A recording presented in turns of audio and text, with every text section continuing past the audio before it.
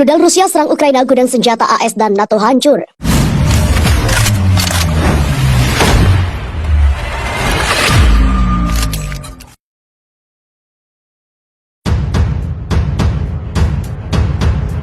Angkatan Bersenjata Federasi Rusia terus menyerang wilayah Ukraina dengan senjata dan rudal berteknologi canggih. Kemarin, senjata presisi tinggi jarak jauh menghancurkan 6 gardu di area stasiun kereta Krasnoye Zolbunov, Zimerinka, Berdihiv, Kovel, dan juga Korosten. Gardu-gardu tersebut merupakan tempat pasokan senjata asing dan juga peralatan militer pasukan Ukraina di Donbas. Pada siang hari, 27 fasilitas militer Ukraina terkena rudal presisi tinggi yang diluncurkan dari udara. Demikian kata juru bicara Kementerian Pertahanan Rusia, Majen Igor Konashenkov. Igor menuturkan, serangan terhadap fasilitas militer itu berhasil menghantam 4 pos komando, gudang amunisi dekat Slaviansk di Republik Rakyat Donetsk dan juga markas kelompok pemberontak sayap kanan di Novorodovka serta 16 benteng dan juga tempat konsentrasi peralatan militer Ukraina. Sementara itu, penerbangan operasional taktis dan juga militer Angkatan Udara Rusia menghantam 82 fasilitas militer Ukraina pada siang hari.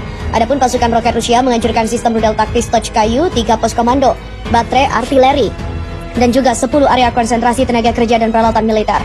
Hingga 40 personil dan 17 kendaraan lapis baja dan juga kendaraan angkatan bersenjata Ukraina dihancurkan.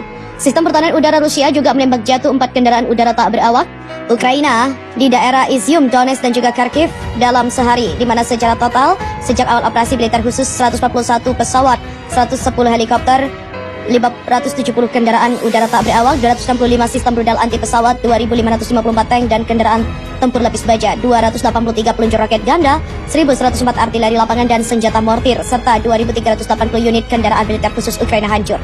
Rusia serang instalasi kereta api di Ukraina Tengah dan juga Barat. Rusia melancarkan serangkaian serangan terhadap instalasi kereta api dan bahan bakar yang terletak jauh di dalam wilayah Ukraina pada Senin. Serangan jauh dari garis depan ini adalah upaya Moskow untuk menggagalkan usaha Ukraina mengumpulkan pasokan untuk pertempuran.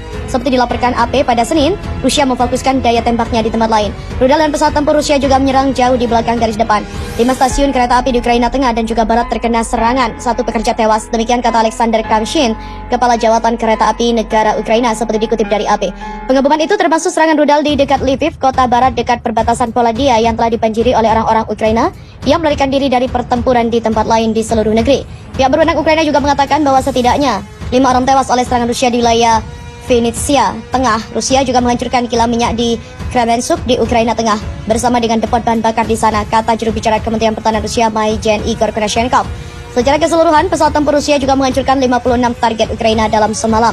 Philip Bridlov, pensiunan Jenderal AS yang merupakan komandan tertinggi NATO sejak 2013 hingga 2016 mengatakan, serangan terbaru terhadap depot bahan bakar adalah bagian dari strategi untuk menguras sumber daya utama perang Ukraina. Menurutnya, serangan terhadap target rel kereta api adalah taktik yang lebih baru. Dia berpikir mereka melakukannya dengan alasan yang sah untuk mencoba menghalangi aliran pasokan ke garis depan. Alasan yang tidak sah adalah mereka tahu orang-orang mencoba meninggalkan negara itu dan ini hanyalah intimidasi lain, taktik pemberontak, untuk membuat mereka tidak memiliki keyakinan dan kepercayaan diri untuk melakukan perjalanan di atas rel.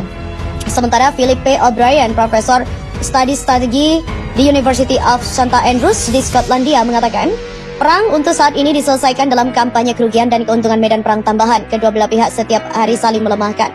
Jadi ini adalah pertanyaan tentang apa yang dapat Anda bawa ke dalam hal baru dan apa yang dapat Anda hancurkan di sisi lain. Ya, perang menggila. Rusia duduki 42 kota dan desa di Ukraina Timur. Pejabat Ukraina mengakui pasukan Rusia telah merebut lebih dari 42 kota dan desa di wilayah timur negara itu dalam beberapa hari terakhir. Pengakuan Kiev itu mencerminkan pertempuran antara Rusia dan juga Ukraina benar-benar sengit sejak Moskow melancarkan perang fase 2 di wilayah Ukraina Timur. Meskipun begitu, pejabat Ukraina tersebut tak menjelaskan lebih rinci daerah dan kota mana saja yang telah diduduki pasukan Rusia. Namun sejauh ini salah satu kota terbesar diklaim dikuasai Rusia adalah kota Mariupol, kota pelabuhan di tenggara Ukraina. Pertempuran pasukan Ukraina dan Rusia di wilayah timur terjadi di sepanjang 482 km dan semakin intensif setelah seorang jenderal negeri beruang merah, Rustam Minekayev, mengisyaratkan ambisi Presiden Vladimir Putin untuk juga menduduki wilayah selatan Ukraina. Meskipun begitu, pejabat Ukraina tersebut bersumpah bahwa negaranya akan berebut kembali seluruh wilayah yang diduduki Rusia tak lama lagi. Saya ingin mengingatkan Anda bahwa banyak rencana Kremlin juga telah menggagalkan oleh tentara dan juga rakyat kami, kata Andriy Yermak, Kepala Staf Presiden Ukraina Volodymyr Zelensky, seperti dikutip dari New York Times. Pada Jumat lalu, Komandan Distrik Militer Pusat Rusia Mayor Jenderal Rustam Minekayev menuturkan negaranya juga ingin menguasai seluruh wilayah Ukraina Selatan. Menurutnya, kontrol atas wilayah selatan Ukraina akan memberikan pasukan Rusia keleluasaan akses menuju Transnistria, sebuah negara bagian Moldova yang selama ini dikuasai separatis Rusia. Transnistria juga telah menjadi rumah kontingen pasukan Rusia sejak awal 1990-an. Sejak awal fase kedua operasi khusus yang dimulai secara harfiah 2 hari lalu, salah satu tugas tentara Rusia adalah memastikan kendali penuh atas Donbas dan Ukraina Selatan, dan ini akan menyediakan koridor darat di Crimea. Tentara Ukraina kabur setelah Rusia serang Donetsk, tinggalkan banyak senjata canggih bantuan AS. Angkatan bersenjata Federasi Rusia mendapatkan banyak peralatan perang milik prajurit Ukraina yang ditinggalkan. Mereka menyerang dan memilih kabur seusai enggan secara sukarela menyerah pada tentara Rusia. Beberapa senjata canggih tersebut bahkan dikabarkan bantuan dari Amerika Serikat dan NATO.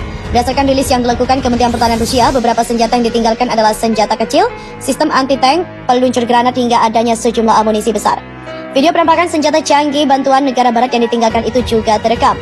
Area senjata Ukraina ini juga diketahui dibentengi parit yang luas di lokasi, ditemukan pula titik tembak lapis baja, kemudian benteng jangka panjang dan ada pula bunker beton yang telah terkubur karena serangan Rusia. Di mana faktanya ada benda-benda milik pasukan Ukraina yang kabur tersebut diungkapkan oleh juru bicara Kementerian Pertahanan Rusia Igor Konashenkov dalam pernyataannya. Igor juga menjelaskan bahwa setidaknya ada 20 tentara Ukraina yang ditemukan tewas di lokasi yang penuh senjata bantuan barat itu.